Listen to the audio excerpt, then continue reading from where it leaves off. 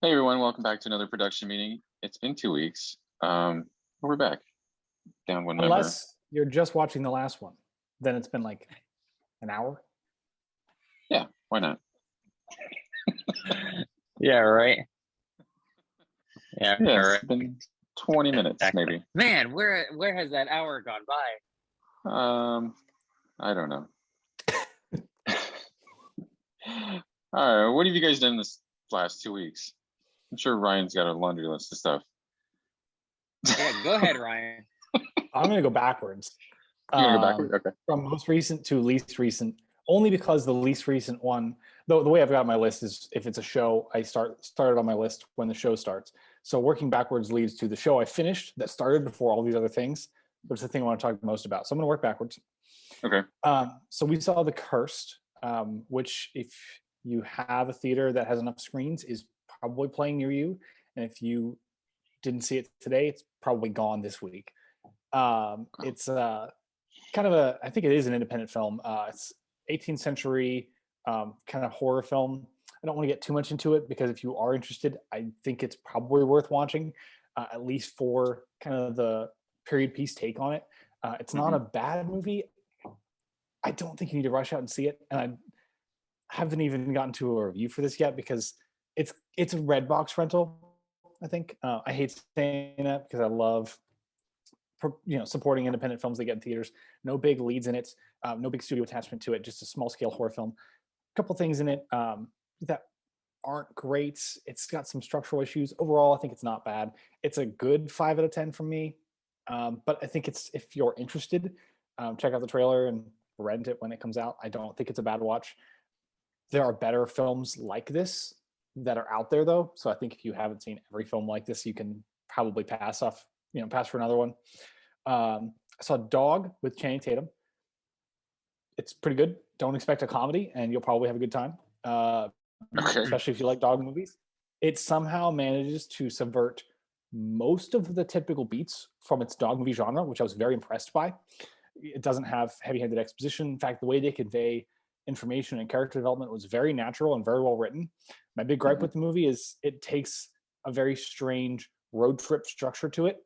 A weird thing to pick on, but I feel like the most recent film I can think of that did that was Green Knight, and that story lends itself much better to, we're gonna go here, do this, go here, do this, go here, do this. Maybe we've learned a lesson on the way. I don't think it worked that well in Dog, but it's a good time overall. I gave that a 6. I would recommend it. I think it's a good time. It deserves second place this weekend. I got about 45 minutes through the 6th Ice Age on a Dare. So take that what you will, but I've never missed the stupid historic squirrel so badly. Yeah. Terrible movie. Don't bother. I didn't even know there was a 5th one of these movies. So now we're on the 6th. So HBO Max, I watched The Fallout, which is a small scale drama based on a high school girl who's dealing with the aftermath of a shooting at the high school. Probably one of the best movies of the year so far for me.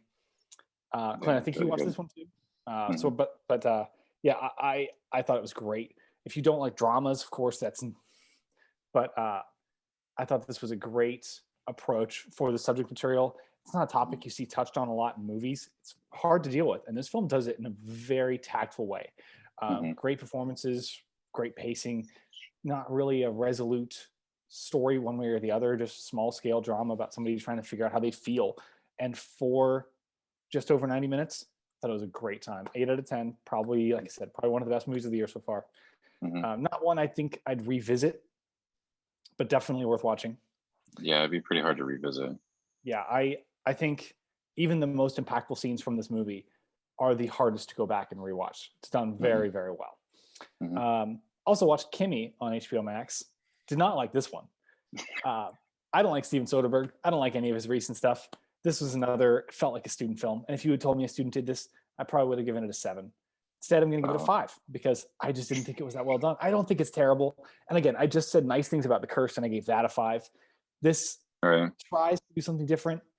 It's Rear Window with Alexa. But I feel like we just saw this movie with Amy Adams, and then we just saw this movie again, and then again, and it's just been done a lot, and this doesn't add anything new. And the last act was pretty silly. I think this film quickly abandons its character arc also for the sake of its 90-minute runtime. I didn't think it was terrible. Oh yeah, it was, we just saw this with Jake Gyllenhaal, and that was a remake of a foreign film too, where it's like, oh, we're going to do Rear Window, but 911 operator. It's been done. I just kind of want the guilty. Yeah. And this felt like some people got together with Zoe Kravitz in COVID and made a quick movie in like a week. It's not bad. It's 90 minutes. Toss it on. Gosh, I've still got so many more. I'm sorry. It's okay. So I saw Marry Me. We had a Valentine's double feature. So we saw Marry Me. Again, we're going backwards actually. So we watched a movie, then went to see a movie with Jennifer Lopez and Owen Wilson. I had really low expectations for this movie, and I was pleasantly surprised. I sat there and I was entertained for almost 2 hours. I have a slew of complaints, including the fact that it's pretty much just a promo for Jennifer Lopez's new album with the other pop star musician. But as far as rom-coms go, this was pretty charming. There's a lot of chemistry between the leads. They tackle the weird premise head on, and I'm glad they did. It's tough for movies, I think, for rom-coms to kind of pull off that weird situational convenience and then move on with the rom-com. And this film carries that for most of it instead. So I thought that was pretty good. It's a cute movie. 6 out of 10. I don't think it's a bad time. We also watched I Want You Back, which is on Amazon Prime, another rom-com. This one's kind of the anti-rom-com side of it, the indie dry comedy rom-com a bit. And I thought this was also good. At first, it was better. We were enjoying a lot of the kind of anti-romance humor of two people trying to sabotage their exes' relationships with each other's help to get their exes back. And that was really fun for a while. It is like 30 minutes too long. So it just really drags out by the end. But it's a good movie overall. I enjoyed this one. So I think if you're looking for a Valentine's movie, well, at the time we post this, like a week and a half late, you can go see Marry Me for a cuter one, or you can pop on Amazon Prime for I Want You Back and have the wittier one. I don't know if we were talking about Death on the Nile later. No. I've seen that. Death on the Nile's currently underperforming because it opened against the Super Bowl and then Uncharted. I'm not saying it doesn't deserve to underperform because it opened against the Super Bowl and then Uncharted. It's not bad. If you liked murder. Let me ask you, Ryan, did you, regardless good or bad, how much an improvement is it from Orient Express? Is it the same, better, worse? It's a step sideways. Yes, exactly. Story, I'll agree with that. Yeah. I've seen, and now I haven't read these novels, but I've seen the older films, and in both iterations, I have the same thing. The story in Death on the Nile is much better. I don't think Orient Express is a good starting spot for any Poirot series. 2 series now have done it. I don't know why. It's not a great start for that character. You can't launch your protagonist into such a weird, conflicting character arc without us getting to know him. This is a much better story. It's more compelling. It's more driven. It also suffers a lot of the same pacing problems. The story structure is a bit weird. It's not quite long enough, I don't think. I think it could use more time on the back end. Yeah, I'll agree with that. Yeah. Digital backgrounds sometimes look very shallow. It's not bad. And Armie Hammer's definitely not that much to get over because his performance is very hateable. It's not even remotely spoilery because there's a lot going on in this movie. He's just an awful person. You get that right away. So you get to at least enjoy that element of it. And there was at one point where I was like, you know what? Even knowing what I know now, this was good casting. Not that I'm defending the casting, but it's surprisingly held up, all things considered, that this film was done a couple years ago. It's a 6 for me. I enjoyed a lot of elements. I didn't enjoy some elements of it. I just wish it had been paced better. I just keep thinking of the 1974 film. I like that film a lot more. Of course, Kenneth Branagh is incredible. He's the best Poirot, I think, so far. But I like the classic one a little bit more. It's a little more mature of a pacing, so I think that one's the superior film for sure. I don't want to talk about Blacklight. I'm not going to. Blacklight's terrible. 2 out of 10. Oh, okay. I don't want to talk about Blacklight. I thought it was one of the worst films of the year. Because I've got other things I want to talk about. Just don't see Blacklight. I don't even think it's probably not even playing anymore. Yeah, we'll be getting rid of it soon. If you thought Taken 3 was bad, Mm. Oh, wow. So I finished Blade Runner Black Lotus, which is on Adult Swim. It's made by Adult Swim and Crunchyroll. It's an anime-ish spin-off set between the first and second Blade Runners. I enjoyed this overall. I'm mentioning it because I think Blade Runner fans will like it. It's got some interesting lore to it. I liked a lot of the story. A lot of the characters were really interesting. A lot of the texturing and the visuals were great. The character animation is not great. And the voice acting is definitely done per person. So it doesn't really flow well together. This should have had a bigger budget than it did because it feels very hastily thrown together without a lot of forethought. There's a lot of someone says this and they get cut off and then the character interrupts them. And I'm like, that was written one way and executed another way. Overall, I think it's an okay show, but if you're a Blade Runner fan, you'll get as much enjoyment out of it than I did. So it's a 6 for the show. I don't know if anybody's heard of this show, but yeah. So I think it's all right. It's not terrible. It also it should not have been week to week to week. It's like 20 episodes spread out over a week at a time. It's just too long to draw that out for 20-minute episodes. So last thing I want to talk about, because again, I wanted to save the best for last. I finished Amazon Prime's Legend of Vox Machina, which is a animated fantasy show. It is made by Critical Role, who is a group that did an online series based off of, or that's just them playing D&D. That series took off. They did a Kickstarter. This Kickstarter was for a 20-minute short film that wanted to do based off of one of their campaigns. They way overshot their budget by, I believe I read correctly, about $8 million. Took the pilot to Amazon and pitched it with the condition that they got to do whatever they want. So if you want Invincible, but fantasy, made by nerds who aren't film professionals, getting to do a show where they can do whatever they want and have complete creative control, it's an incredible show. Wow. I won't say it's perfect. Fantasy at this point has become a very saturated genre, but I found that a lot of fantasy TV lately, last couple of years especially, has really hit a stride with doing things that are inspired by other things in a unique way. And this does that. And it does humor and great characters and fun performances. And it's the fact that you can feel like the people who wrote the characters in their campaign are voicing them for the show. And you can feel that like genuine care for the series as you're watching it. I thought it was a great watch throughout. I'm probably going to watch it again soon because it's only 12 episodes, 20 minutes each. It just wrapped up last week. I highly recommend it. If you're not up for kind of an Invincible style of violence, it's not as violent as Invincible because the story material doesn't lend itself to be. And I don't mean to compare it. It doesn't necessarily feel like Invincible, but this is too fantasy what Invincible is trying to be for superheroes in the sense where it's trying to be more grounded and unique. And I think it's awesome. I haven't really decided if I want to give it an 8 or a 9 yet. I want to give it a 9 for creativity's sake, just for the people getting to know what they want to do or getting to do what they want to do. So yeah, I highly recommend it. It's definitely one of the best things that I'm going to be remembering this year.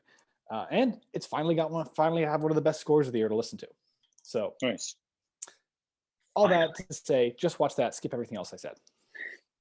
And I know that goes to show that it's the best for last. Gosh, yeah, my list would be very, very short compared to that. I too watched Blacklight. Not to make Ryan talk about that more than he'd like to. I don't. Wait, hang on. Let me adjust my computer. I know. Yeah. Let me mute everything. Let me adjust my computer again. Hang on, one more time. Oh, what? That doesn't matter? Stupid movie. Yeah, that movie. I'm not gonna say I have as many complaints about it as Ryan, but that's like comparing like the Declaration of Independence worth of complaints to, like a grocery list of complaints. Like I have a few, yeah. Like that. First off, the title of that movie has nothing to do with the movie. Like you think maybe he's going to be a forensic expert or something in that realm, but it never comes into play. It literally never comes into play. I mean, even my dad, who like really likes Liam Neeson's movies. Oh yeah, that thing's always going to fall down. It has wobbly joints. I'll fix it later. But yeah, he really, my dad's just kind of a casual moviegoer and doesn't really think too much about like plot holes and like themes and like the score not really matching up with the tone of the what's going on. So he's kind of a casual. So he's like, yeah, man, I liked it. I like it, and I was like, yeah. So yeah, like there's elements like he Liam Neeson's character has like this like OCD type, like he has to count things in threes or something like that, or bad things happen or something like that, and it literally never comes into play the rest of the movie after maybe like once midway through, but that's about it, and it wasn't even really like of a high degree. So it's like, so yeah, that movie is not fresh at all. But do I hate that movie? I think hate's a strong word when you come to this, but I mean, Ryan's probably sure, like, I will throw it out as much as I want. It's not a good movie. It's easily not a good movie. And the main villain is like, the whole theme is like, all right, we think the FBI is doing underhanded stuff. We really think that. We have evidence to prove that. And then we come to, bring it to light. Hey, the FBI is doing crazy stuff. And the head of the FBI is like, yeah, we're doing underhanded stuff. And they're all like, what? Oh? Like, bro, you knew this from the beginning. Stop. It's like telling a joke that everybody knows, literally everybody knows, and you expect a big laugh when you throw in the punchline and you hear crickets and you're like, what? Why didn't you guys laugh at that? Bro, because we saw it coming the whole time. Like, literally, you spelled it out for us, like, from the beginning. So yeah, that movie's bad. Death on the Nile. Almost everything Ryan said, I agree with. From it's a sidestep from the previous installment. The pacing on that is all over the place. The casting is fine. I think more and more as we see more of Gal Gadot's what do you call it, portfolio for movies, we're just realizing that she's just not a good actress, really. She's a good person, don't get me wrong, she's fine, but like she's not that great an actress. I will say I thought she was a little bit better in this than other things, but still it's just like it's almost like okay. One of the things, I can't say anything about the movie. I mean, I could say it wouldn't give it away, but like the way they go about, what's up? Yeah, don't say anything. Okay, I'm just gonna say the way they go about it, like how they get to the end, it's kind of like, it's not lame, but it's like it makes it like, well, I don't know. I don't know how to say it. I'm gonna just skip it. I think Ryan knows what I'm saying. Yeah, there are, because I know the story, and there are some changes to the story where it's going to focus on, like, they're trying on more supporting characters and make it kind of more of a story that Pro is connected to, which honestly isn't necessarily what makes murder mysteries good. And this shortcuts the ending of it a little bit. Yeah. Trying to make it more connected, and it doesn't feel like it has. It feels like it has more impact than it should, which takes away from the impact of it just being a flat out murder mystery. Yeah, I just think that it doesn't make him look like a good detective at the end. It just kind of like that he almost like stumbles upon whatever happens. Maybe that's just me. When Clint sees it, we'll compare notes. But anyway, yeah. So so I did that. I did the homework of Uncharted. What else did I do? I finished the Demon Slayer Entertainment District saga. Arc, and really good. I mean, Demon Slayer, I will advocate that is like one of the best created things ever. Like, if you haven't seen it, Ryan, you need to move that up in your list. I'm telling you, man, it's so good, so good. So I did that. Waiting on the next arc to be announced or whatever. I did play a little bit. So I did not play any Horizon Forbidden West yet because I'm kind of saving that for a little bit out. My brother's supposed to come over and we're supposed to play it. So what I've done is backtrack, and he and I have been playing It Takes Two, apparently the game of the year winner from last year. as I'm playing more and more of that, I'm like really seeing why. Now, granted, last year was not the biggest year for games. I'll just throw that out there. But it's actually a really fun co-op game. A lot of it's very creative and very clever. Very like things you wouldn't think how would you use that way? It's almost like, huh, I've never seen it that way. So that's what I did for the most part of last week. I'm trying to think, did I start any show? I don't think so. I really Blacklight, Death on the Nile, Uncharted, video game. Yep, that's about it. Wow. Well, while you guys were doing that, I actually finished Demon Slayer Mugen Train's arc, because it was actually dubbed. Now I'm gonna put this out here. I don't mind watching things with subtitles. I don't at all. I love foreign films. Yes, so but when it comes to anime, because everything's happening all at once and they're talking all during the action and everything, it's really hard to kind of like keep up with. So that's why I'm like an arc back. I'm an arc behind. That the only thing I will say as a rebuttal for that is I think now it might just be, I don't know. Maybe it's the fact that you don't understand what they're saying and reading it is a little bit more elegant than hearing them say. Like some of the lines I'm reading while they're fighting, I just think if that was translated into English, that would kind of sound lame saying it in that moment. But because it's in this like Japanese voice where they're like accentuating certain lines, probably more than they should, it almost hits even harder than it probably should. So that's why I say that. But I will agree that like trying to follow all that action while reading a lot of what they're saying, it's hard. It is difficult. So, I get that. Well, yeah, like because even with like I started the train arc while subbed, and there was just a lot going on that I couldn't keep up with.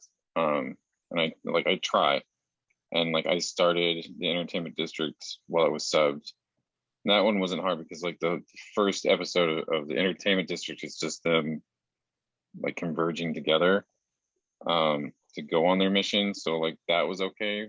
But I've heard that there's like you can attest to this, Alex, but I heard that there's a lot more going on like action wise in this one than like previous.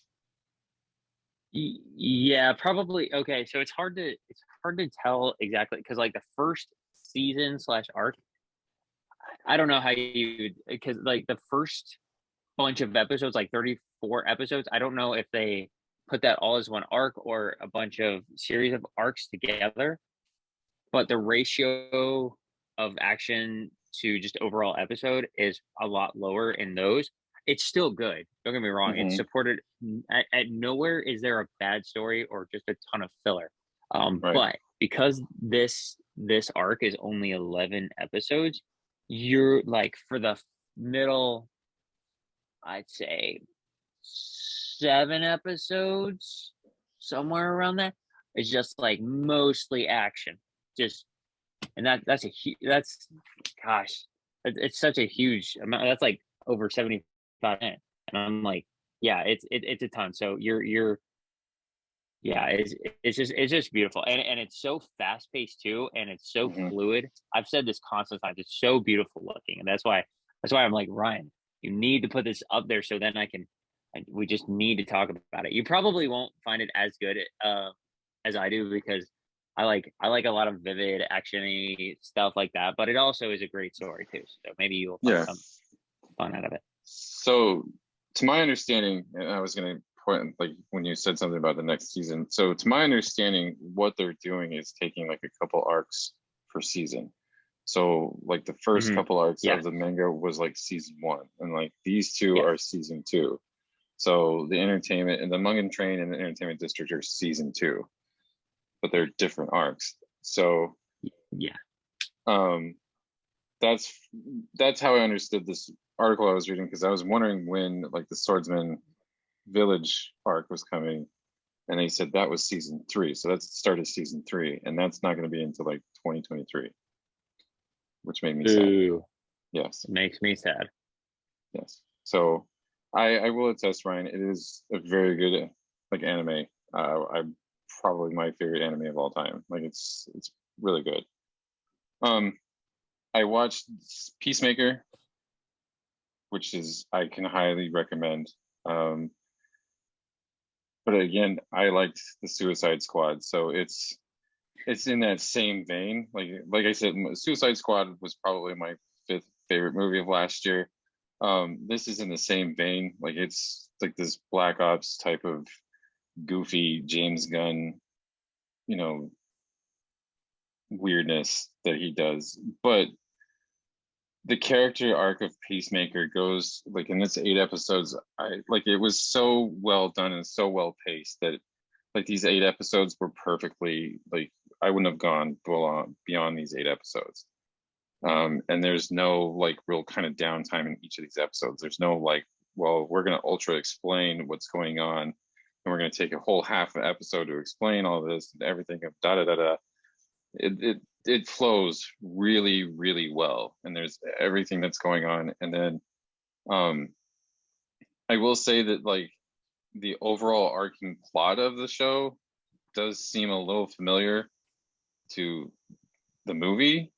Not going to give any spoilers away, but it does seem a little bit spoiler. But I would highly recommend. Like I was so surprised by John Cena's performance as Peacemaker, and as I said in like other episodes that we've done, he's obnoxious. But by the time that you get to like episode 5, you kind of start to feel bad for him, and Cena does an amazing job of kind of like getting you to feel for this guy, even though he's like overly obnoxious for no reason. And then you start to figure out why, and you kind of like his character a lot more. So if you guys have like HBO Max, watch it. Like it's worth the 8 episodes. So then I did watch The Fallout as well on HBO Max. And Ryan, I do agree. I think that's probably the best movie that I've watched this year. Not only because of the personal level, but it does take it doesn't like, you know, like gratuitously show what goes on. It doesn't like do anything of that nature. It kind of like you hear the shots in the background, and then like this is all in the trailer, so there's no real kind of spoilers for it. But then like the rest of the movie is just like how she deals with it, how she deals with the, you know, the fallout of what's happened, and you know, learning to feel what she needs to feel. My only gripe of the movie is that like the person that she goes this through is kind of forgotten by the third act. That is my only gripe about this movie. Like Ryan said, it is very well paced for 90 minutes. Like the acting is really well done, the writing is really well done. But her friend, like she, like again, it's in the trailer. So her friend, crap, what is her name? Yeah. Anyway, yeah, her. She's just kind of forgotten about, and it's kind of sad because I understand that they're trying to get in that 90-minute time frame, but because her story is a little bit is kind of contrastedly different from the main characters, you kind of like I'm kind of curious on like how she's dealing with it, and you get a little bit of that, but by the third act she's just kind of forgotten about and just kind of pushed aside because the main character needs some sort of resolution to her story. Yeah, I think it could have been a long, like 5-10 minutes longer, and I would have been just Right to watch more. Right. So, but that's what I watched. Are you guys ready for some news? Oh yeah. Oh yeah. Oh yeah. Street Fighter 6 is announced. Yay! Yeah, that's what I thought. I was like, cool. I thought the trailer for it was really cool. Like as far as the teaser trailer goes, like it looked cool. I was reading that the logo for it was not, and I didn't think anything special of it. I heard that everybody was like they hate the logo for Street Fighter 6. I'm like, one, that's probably not the final product, and two, like isn't the content of the game like more important than, you know, what the logo looks like? Now I get it. Yeah, I get it. Like you want your cover to look cool. You want everything about it to look cool. But so far as if the content's cool, none of it matters. But yeah, I don't play Street Fighter. I'm bad at all of those, like, except for Smash Brothers, like 2D fighting games. Mhm. Like I'm bad at all of them except that. So, but even I'm like, man, that's pretty dope looking. Can't wait to see more on that. Yeah, I like the trailer, but I haven't played Street Fighter since I was a kid, so Yeah. cool. Okay. Blue's Clues movie's coming. This is what we definitely needed. No, Uh, I say that only because, like, okay, Blue's Clues, bring it on. Ryan shared that thing, and it was if it's a Marvel Cinematic Universe, like, but with Blue's Clues, great. Like, what? Not everything has to be a cinematic universe. Not everything has to attach 15 different things. And I don't. I Blue's Clues. I'm trying to be like open-minded about this, but at the same time, I'm just like, why would somebody ask for this? I just don't get it.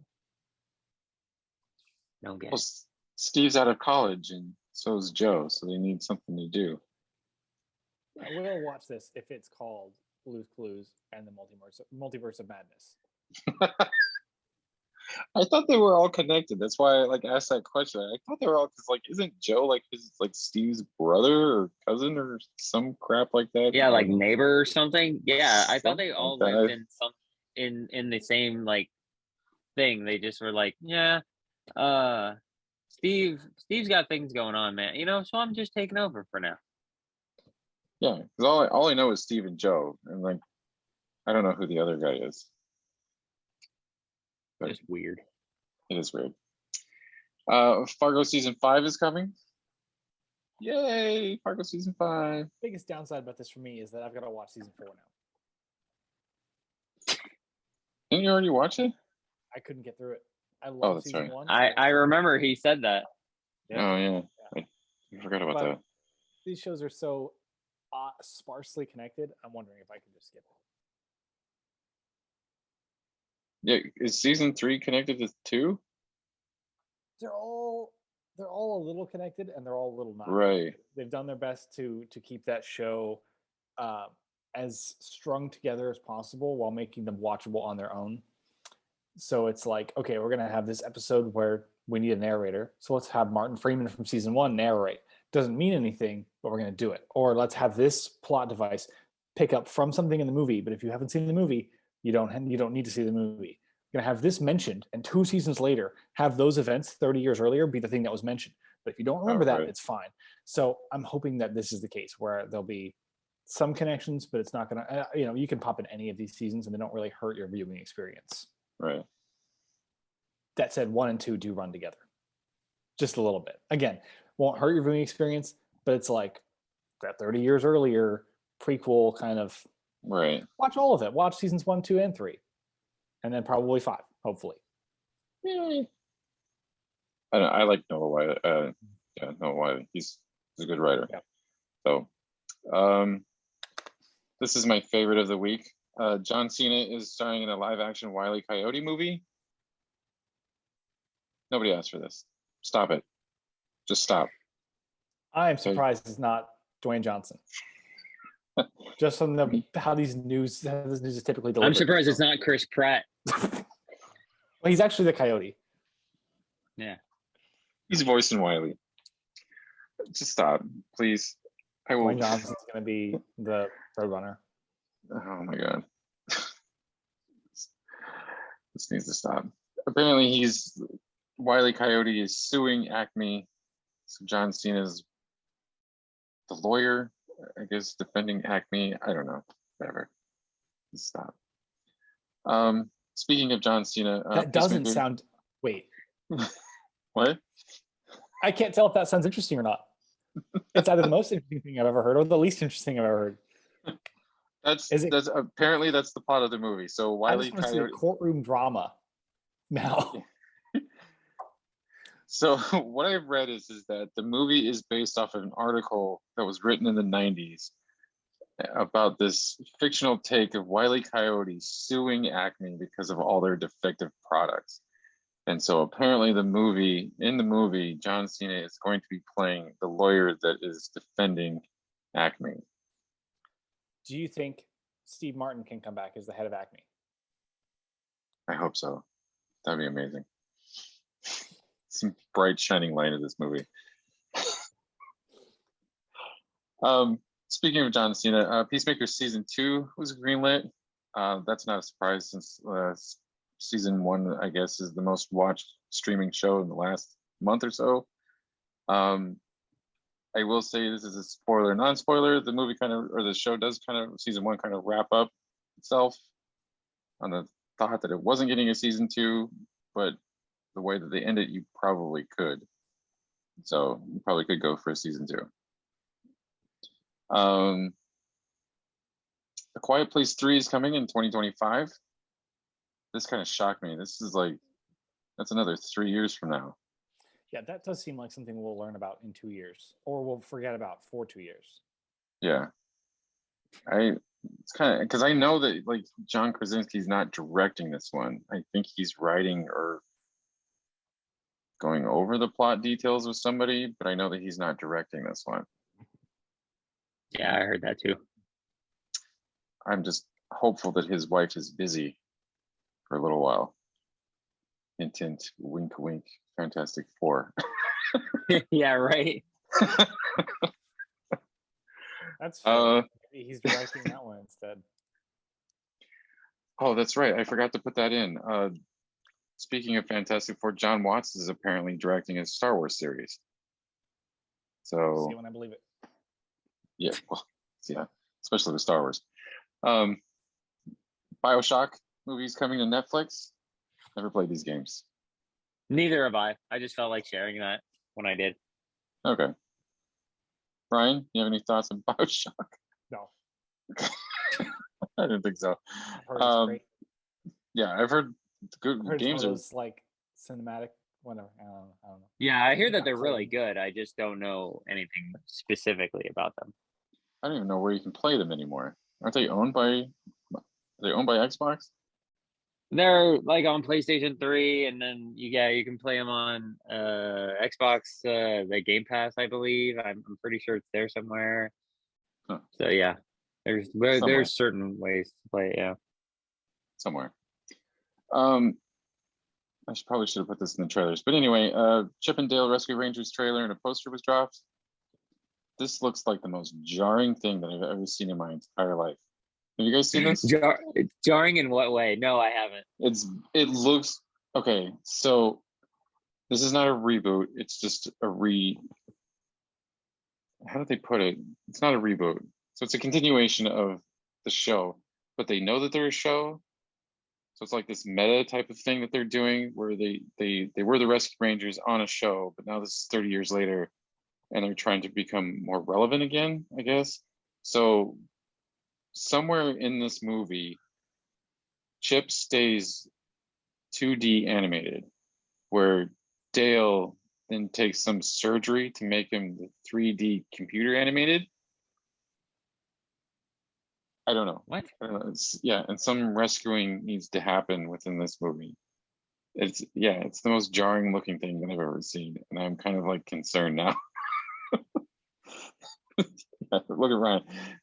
That was my face exactly. Are you watching this, Ryan? I mean, you're spot on. Yeah. It's the weirdest thing.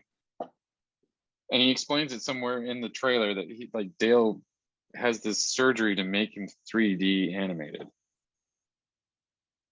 I'm not sure why. This is weird. so weird. So weird. Yeah. Any other thoughts on this? No. Yeah. No, let's move on. Well, let's go straight into trailers. So during the Super Bowl, we had some trailers drop. Lord of the Rings. Did you guys see this one? Where are the dwarf beards on all the dwarf? No, it looks good. It looks like what $465 million should pay for. That's all I'm kind of concerned about. But yeah, you're right. I guess people are really kind of upset dwarf women don't have beards for some reason. And some sort of racial thing. Like, who cares? Stop it. Like, Yeah, I don't. nobody cares. Nobody cares that they're like African American elves or whatever. Just stop it. As long as it's good. Like, I don't really care. Yeah. So, Yeah, right. They can't. I mean, literally can't like financially afford to botch this. It's going to be the most careful thing we've ever seen. yeah, And that's probably what we need for at least season 1. yeah. I think this is what, like 10 episodes or something like that, I heard. So I don't know. It looked good to me. It was like only a minute teaser. It looked good. Like I said, it looked like it should. So that's good. We did get a new Doctor Strange in the Multiverse of Madness trailer. This looks amazing. I'm like more hyped about this than I was after Spider-Man. Apparently we hear Professor X's voice. Illuminati.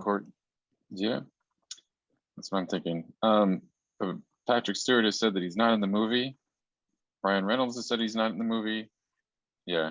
Yeah, I know. Wink. Well, I might believe Ryan Reynolds because he strikes me as somebody who would just say he's not in the movie and not be in the movie.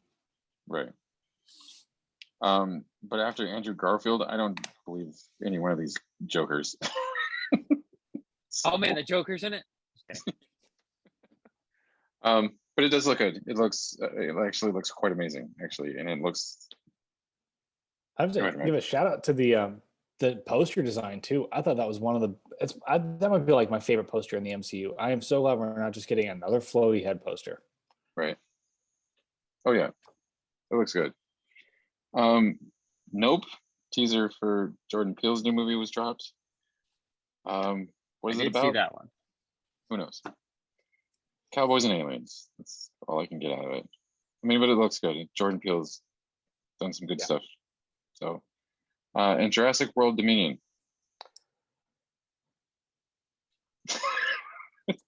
I hate that this looks good. I know. I'm with you on this, Ryan. I think you and I are right here because like the last one looks stupid, and it probably is stupid because I refuse to see it.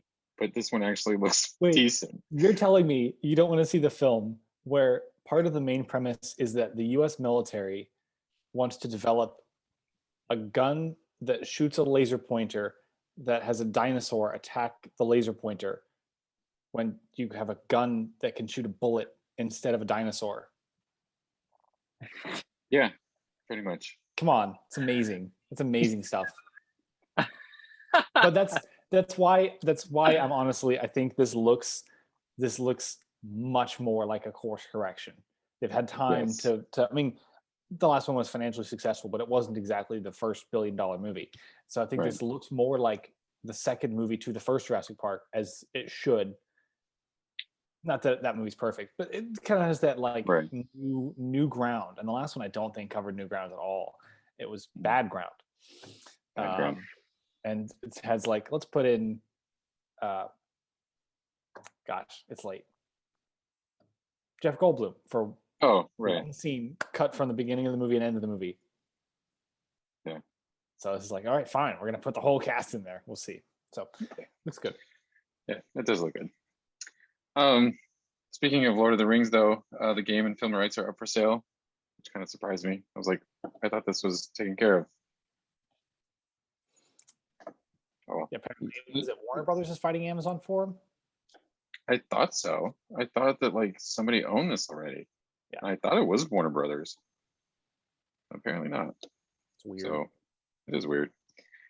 My second favorite piece of news: Megamind 2 is coming. Woo. Too little, too late. You should, yeah. They jumped on this superhero bandwagon a little too late. Sequels stuff, and like I said, when I shared this, I just love that there was a petition for this. Like, who's wanting this? That they needed to write a petition. Or finally, Mega Man 2 is coming. It's dumb. I mean, yeah. I like the first film's fine, but what is it, like 15 years old now or something? I don't know. Something like that. It was in the early 2000s or mid 2000s.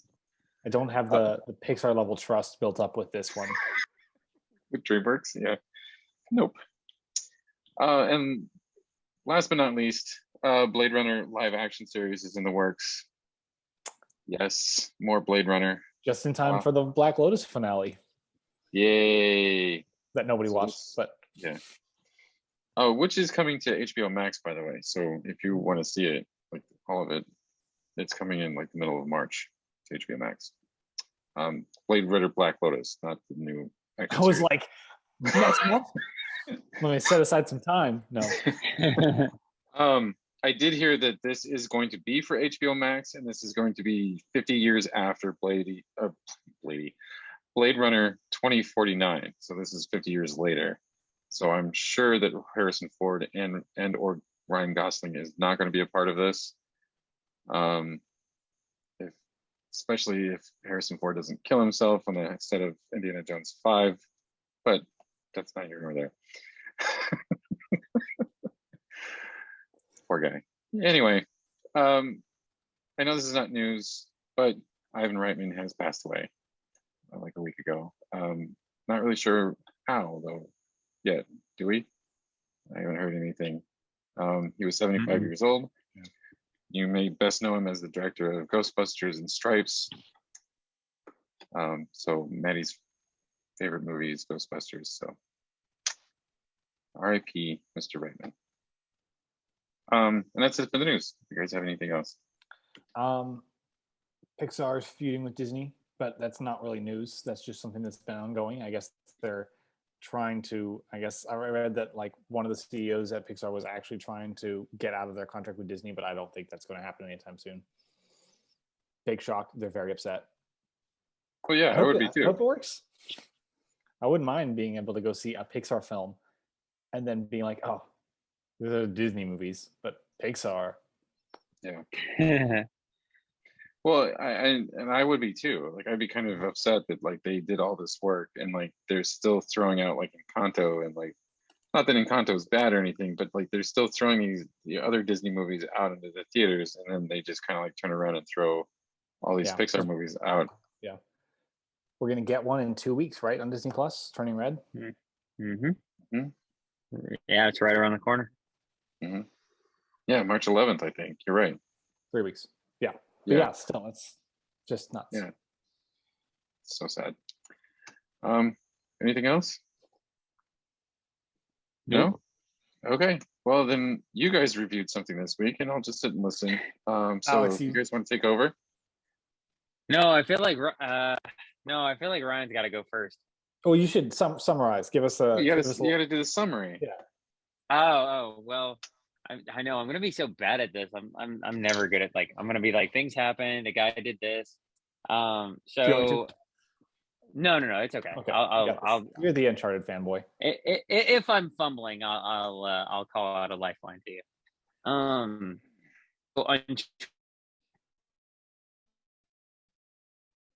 Is kind of a semi-origin story of Nathan Drake, who is a not totally established treasure hunter like we know him to be in the video games, but he's pulled into this world when he is sought after, his help anyway, by Victor Sullivan, his known accomplice and ally and friend in the games. They're searching for this lost treasure that who is it? Magellan. Ryan, lifeline, go.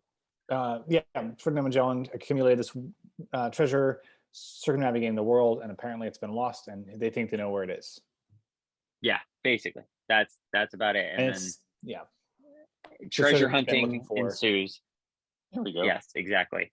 Now, did you want me to do my review first, or did you want to go first? I better go first. I'll be shorter. Okay, go ahead. I played the first half of an Uncharted game, so my saturation with that series is pretty much through Alex, pop culture knowledge, and owning 2 versions of the Uncharted 4 soundtrack, which is one of the finest game soundtracks of all time. I will absolutely get back to that because I got back from this movie and put on my 2-disc LP of Uncharted 4. But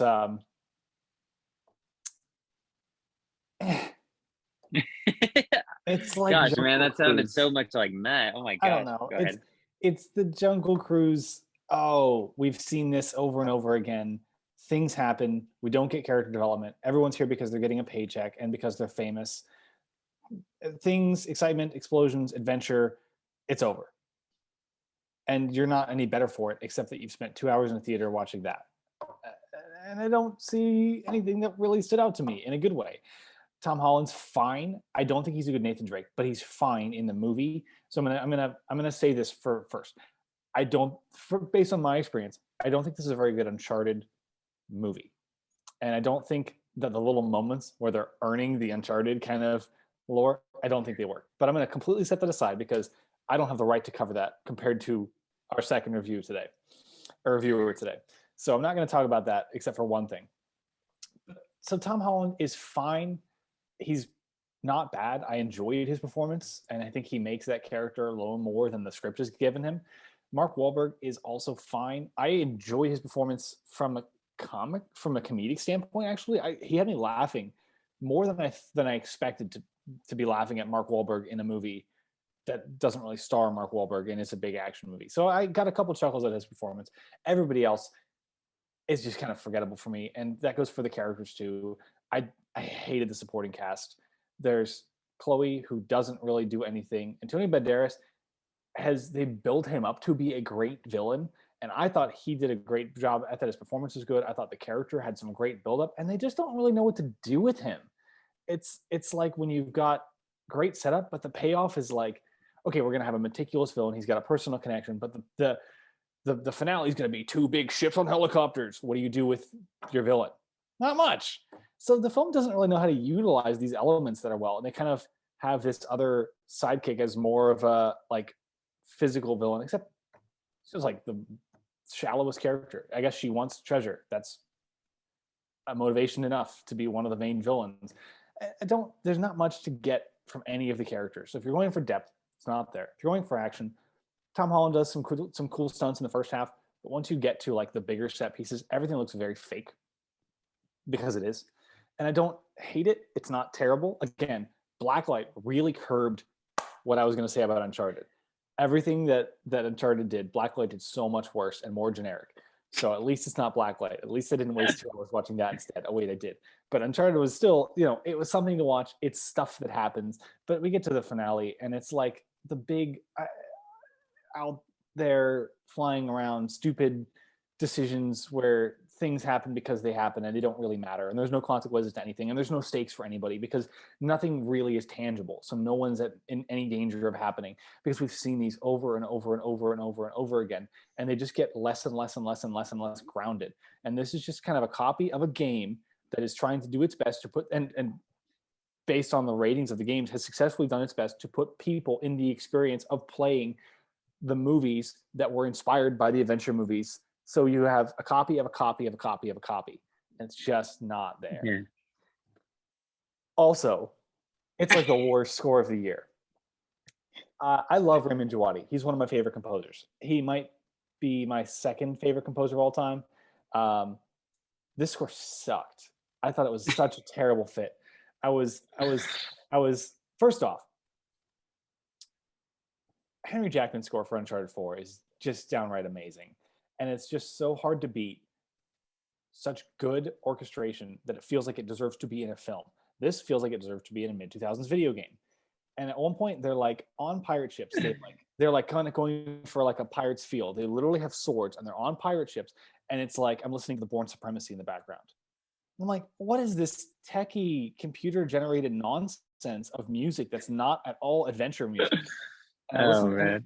He pulls the Uncharted theme out like once because you gotta earn it. And I'm like, well, now you're just abandoning the theme that you wrote for this movie for a better theme. And now all I want to do is listen to that score more. So I drove home from this forgettable movie and popped on the Uncharted 4 score. So 4 out of 10, I just don't care.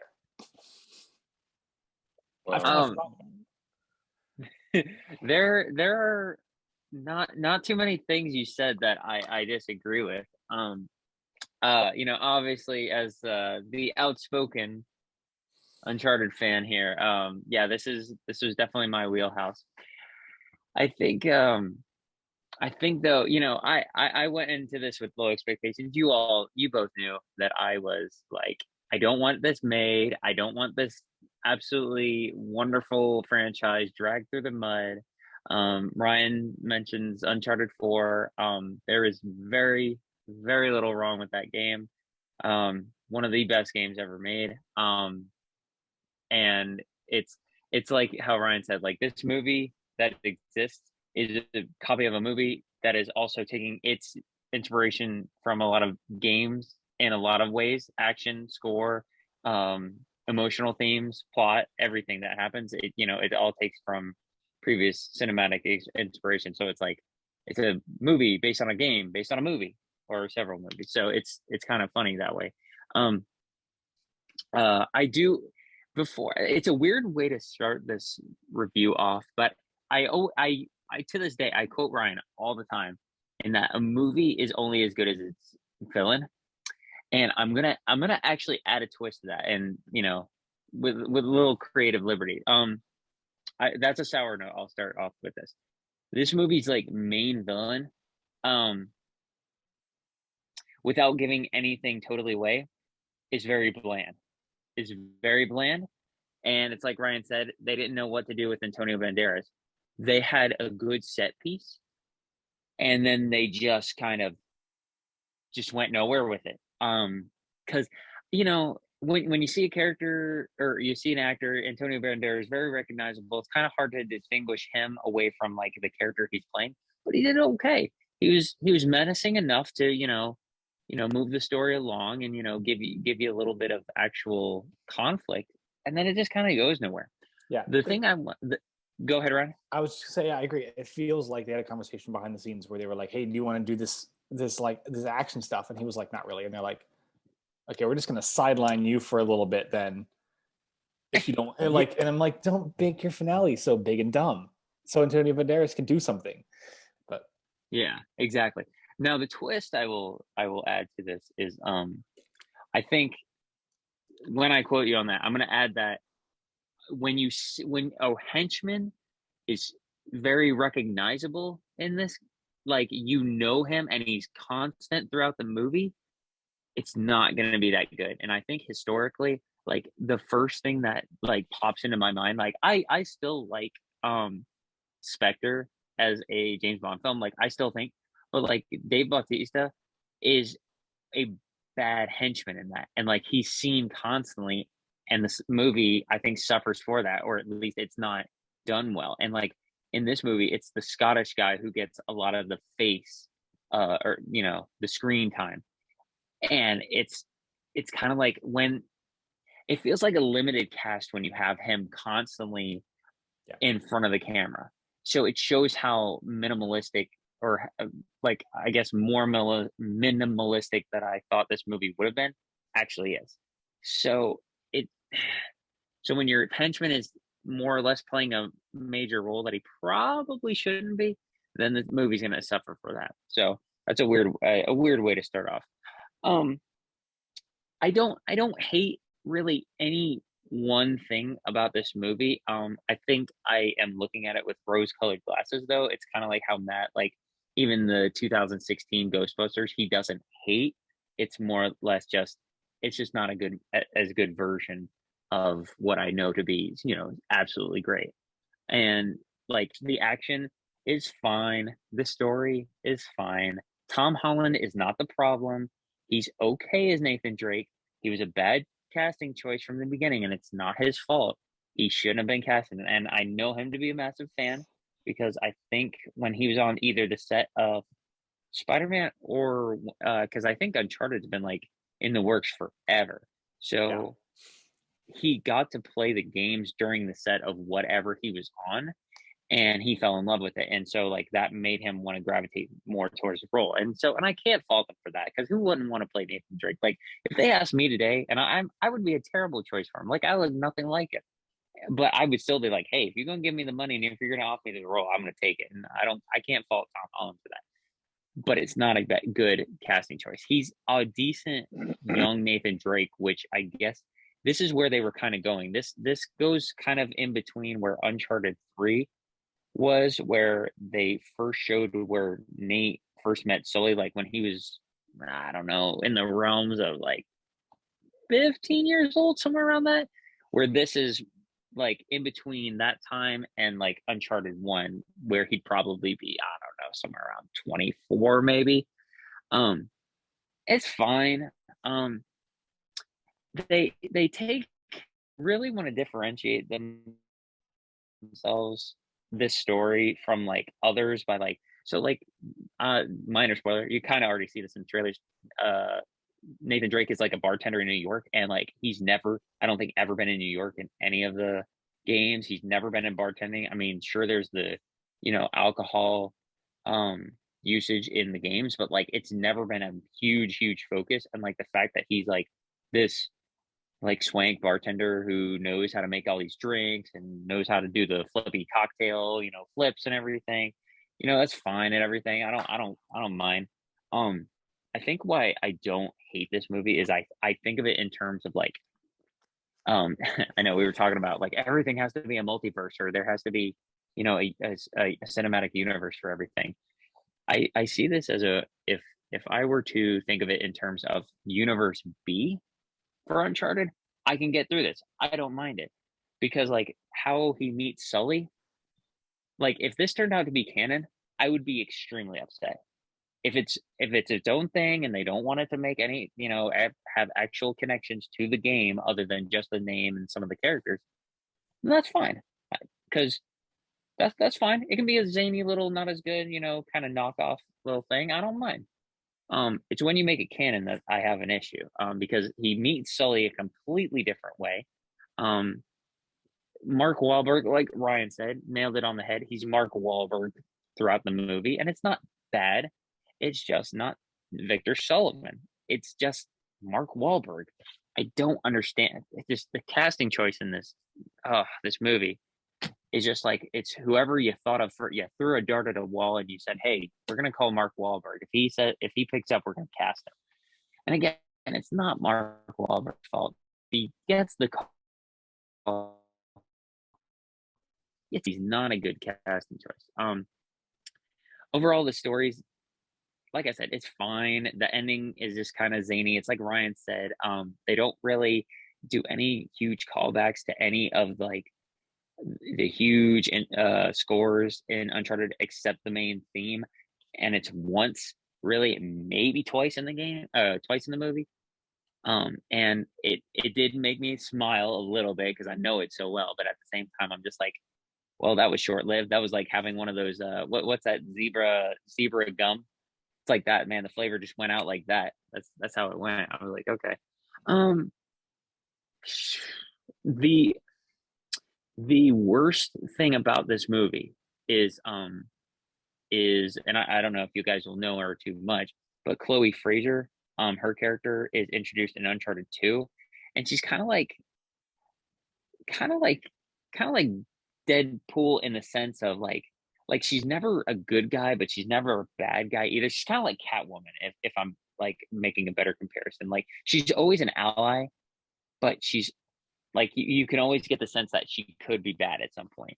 Um, but I think they made her character so like like Claudia Black plays her in the video games, and they make her like she's so suave and like she's cool, and like she's just all together, like she's got it. She's cool. She's as I personally think if James Bond were a woman, that'd be it. She would be it, like 100%. Um, and they take Chloe and they make her into this kind of weird, kind of like unsure of herself kind of character whose accent you have no idea where she's from. Like Claudia Black, you kind of have that same thing too going on, but it's less off, and it just they make her like an absolute enemy towards the end, and I'm just like, okay, that's not really how any of this goes. I don't like her character at all. It's so bad. I really wish they did it differently. Yeah, but I didn't hate this movie. I'll go ahead and spoil one thing. I don't know if Ryan caught this in the movie. there's a part where they wash up on shore and they're walking, and this one guy. Okay, so he knows because So it's like I was like, this doesn't matter. I get it. they walk up on the beach and this guy's like, hey, what's going on? You're like, you just fall out of a plane or something? And they're like, yeah. And he's like, that's happened to me. And that was Nolan North, who was the voice actor for Nathan Drake in all the games. So I'm gonna admit, I had the biggest biggest smile on my face. I could not stop smiling for like 10 minutes. It was just so, like, man, that carried me through whatever mediocrity was about to follow it for a while. So it's Ryan was also right.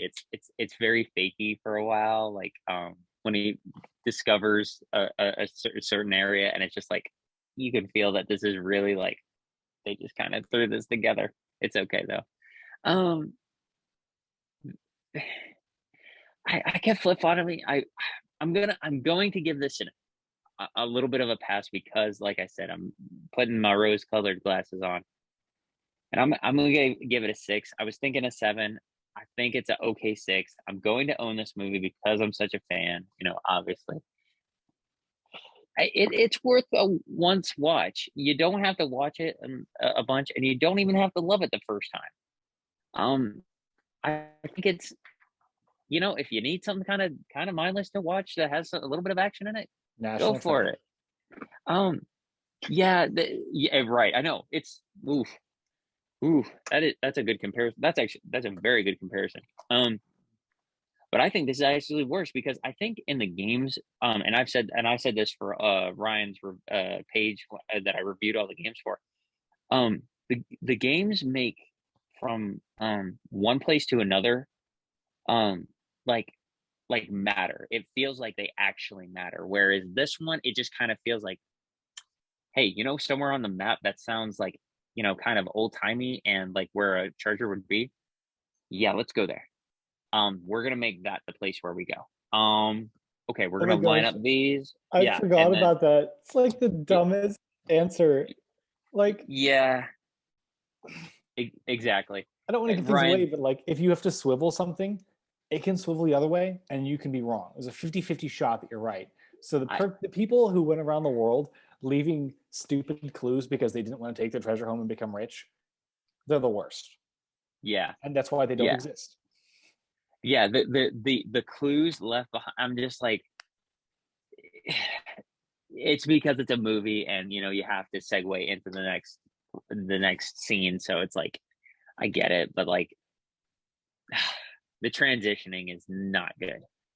So that's why I was hovering around at 7 actually for a while because I just like this game so much, but or the franchise so much, but yeah, I'm gonna leave it at a 6. I'm gonna give it a fresh. It's okay. It's dominated the box office for that first week. It and Dog like raked in what, like something about like 300 million altogether. For that first weekend, if I'm like 319 million altogether for both, if I'm not mistaken. So it's a fine time. I think Clint, you would like it. I don't know if you've played any of the games. You probably are not going to get anything out of it, but you're probably going to split the difference between me and Ryan. You're probably going to say it's something kind of mindless to watch. It's a 5. I guarantee you that's what you're going to say. I don't think you'll hate it, but you certainly aren't going to love it. So 6 out of 10 though. I've played all but 4. Okay, which is weird so maybe because I own 4. Hey, you should play 4. He said owning all 4 and not having played any of them. Yeah, and I've told Ryan in my ranking of like the major Uncharted games, not including Golden Abyss or what is it called? Something Eyes of Indra, which is kind of like a stop motion comic.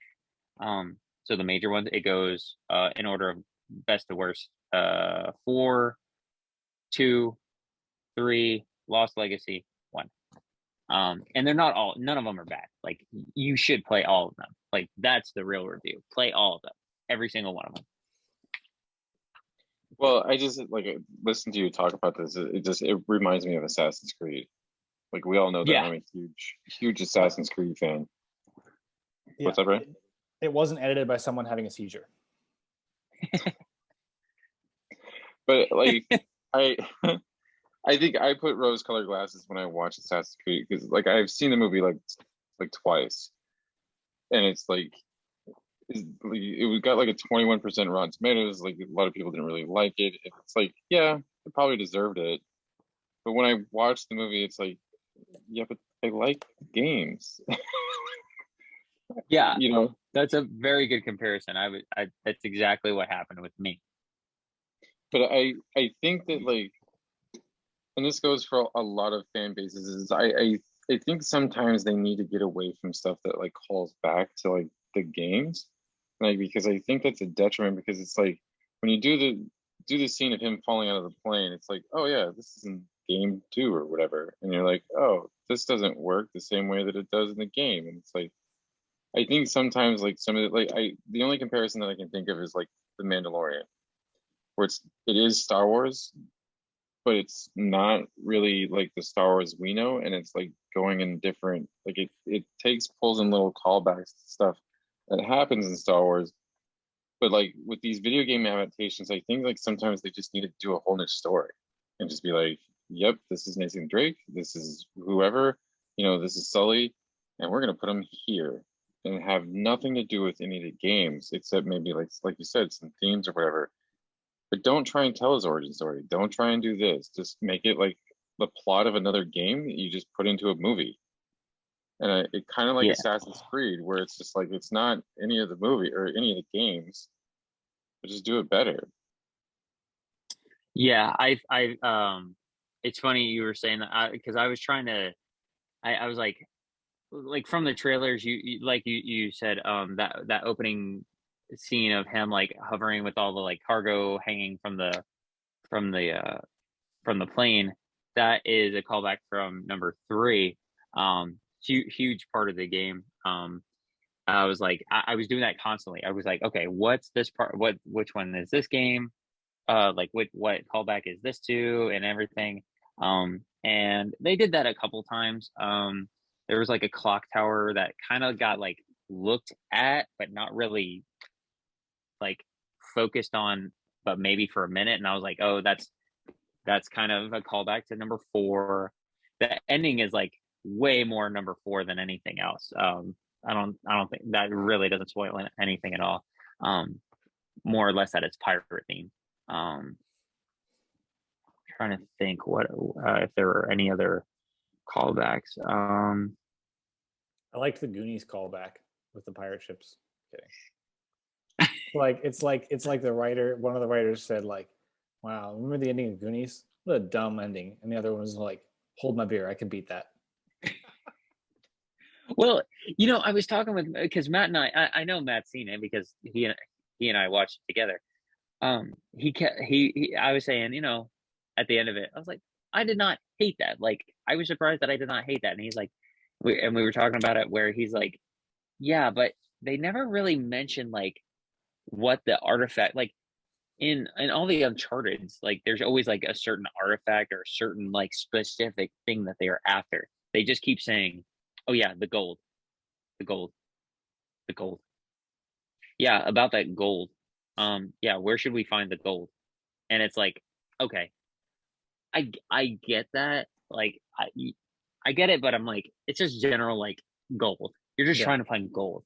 So like I get it, but I'm like at the same time, like it's just about a treasure, just finding a treasure, not really specific. I think that's where they lacked a little bit. Like, I mean, I think where they took away from that is like where they did like the whole cross thing, which is a whole like straight from number four, easily from number four. Like they took that from number four. Um, one of the things from that with that involves the crucifix is I thought it was like cool, yeah, oh man, crucifix, call them number four. But the fact, like, I'm just gonna spoil a little bit. Like, they have to put them together, one cross and another cross, and put them together to make what looks like it's supposed to look like a ladder. Doesn't look like anything like a ladder. And at the tip of the cross, or the cross is, that's what they entered into this lock to unlock it. And I'm like, you could have done that without putting them together. In fact, look, it's like, okay, here's one cross, here's another, and they put them like this, and they insert it that way, and then I'm like, you could have done that without combining them. Like, I'm like, sure, that's cool to make it look like a ladder to, like, you know, you're progressing. There's the theme. But in functionality, I think of that in a lot of games. In functionality, it doesn't do anything. It just puts them together, where you could have just done it, you know, with one or the other. And I think about that in games a lot. Like, you know, games like just, you know, bypass, like, how do actual mechanics work, and how does engineering actually work? And, like, you know, me turning this key shouldn't have anything to do with, like, the entire building, like, moving around and things opening up. You know, it's a game, it's a movie. Yeah, just they're not trying to make you think about it, or they don't want you to think about it, and it's fine. I don't have to think about it, but that bugged me a little bit more than it probably should. I'm like, you didn't need to combine. You just do the.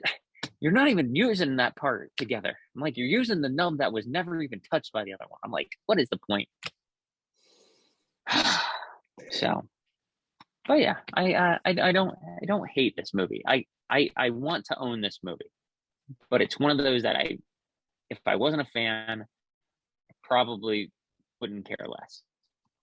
So that's fine, and I'm willing to admit that my review is not completely biased, or it actually is biased. It's not completely you know, unbiased. So Yes. yeah. All right. Do we have anything else on Uncharted?